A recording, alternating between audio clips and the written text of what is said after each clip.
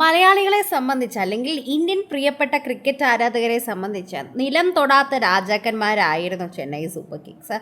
എന്നാൽ അവരിൽ നിന്ന് ഇങ്ങനൊരു കാര്യം ഒരിക്കലും പ്രതീക്ഷിച്ചില്ല. ഇപ്പോൾ നോക്കുകയാണെങ്കിൽ, ഈ വർഷത്തെ സീസൺ നോക്കുകയാണെങ്കിൽ സഞ്ജുവിൻ്റെ തോളിൽ കയറി പറക്കുന്ന ചെന്നൈയെയാണ് കാണാൻ സാധിക്കുന്നത്. ആരുടെയെങ്കിലും തോളിൽ നിന്ന് മാത്രം ജയിക്കേണ്ട ഒരു ടീമാണോ ചെന്നൈ എന്നാണ് എല്ലാവരുടെയും ചോദ്യം.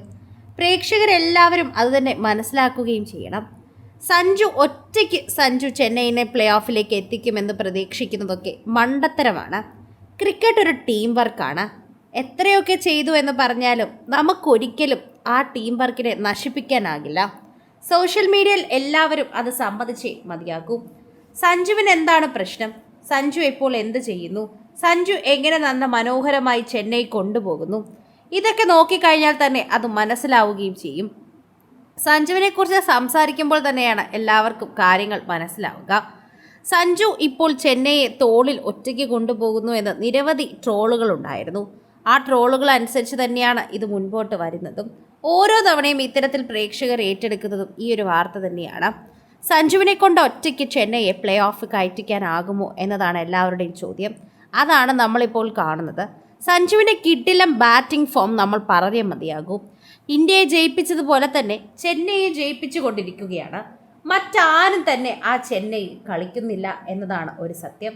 സഞ്ജു കൂടി ഇല്ലെങ്കിൽ ആ ചെന്നൈ ടീമിൽ ആരുമില്ല. അതാണ് ഒരു യഥാർത്ഥ വശം. അത് മനസ്സിലാക്കിയും പലരും ഇത് അംഗീകരിക്കുന്നില്ല എന്നതാണ് ഒരു സത്യം.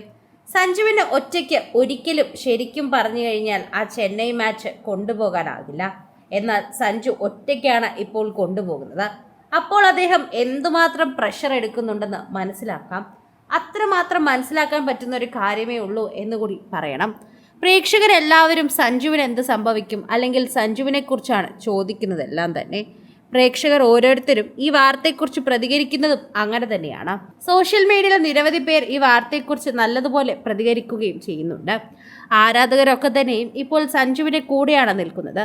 സഞ്ജു എപ്പോഴും നല്ലൊരു വ്യക്തിയായി ടീമിനോടൊപ്പം തന്നെ നിൽക്കുന്ന ഒരാളാണ്. ഒറ്റയ്ക്ക് രാജസ്ഥാനെയൊക്കെ ജയിപ്പിച്ച വ്യക്തിയാണ്. രാജസ്ഥാൻ പോലൊരു ടീമിനെ കൊടുത്ത് അത് പ്ലേ ഓഫിൽ തന്നെ പലതവണ എത്തിക്കുകയും ചാമ്പ്യന്മാരാവുകയും ഒക്കെ ചെയ്തതാണ്. അതുകൊണ്ട് തന്നെ പ്രേക്ഷകർക്കൊരു സംശയമില്ല, എപ്പോഴും അത് മുൻപന്തിയിൽ തന്നെയാണ് നിൽക്കുന്നത് ആ ടീം. അങ്ങനെ ഒരു കാര്യത്തിൽ സംശയം തോന്നേണ്ട കാര്യവുമില്ല. പ്രേക്ഷകർ എപ്പോഴും എടുത്തു പറയുന്ന ഒരു കാര്യവും അതുതന്നെയാണ്.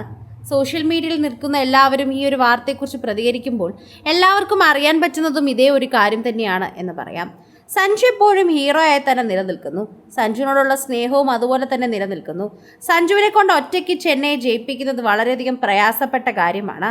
എന്തിനാണ് സഞ്ജുവിനെ ഇങ്ങനെ പാടുപെടുത്തുന്നതെന്നാണ് മറ്റുള്ള ടീം മെമ്പേഴ്സിനോട് ചോദിക്കാനുള്ളത്. ചെന്നൈ എന്തോ വന്നത് സഞ്ജുവിനെ നമ്പിയതുപോലെയാണ്. പണ്ട് ധോണിയായിരുന്നു ഇങ്ങനെ ഒറ്റയ്ക്ക് കൊണ്ടുപോയിക്കൊണ്ടിരുന്നത്. എന്നാൽ ഇപ്പോൾ സഞ്ജുവിന് അങ്ങനെ ഒറ്റയ്ക്ക് കൊണ്ടുപോകേണ്ട ഒരു കാര്യമാണ് വന്ന ഉടനെ തന്നെ ലഭിച്ചതെന്ന് പ്രേക്ഷകർ പറയുന്നുണ്ട്.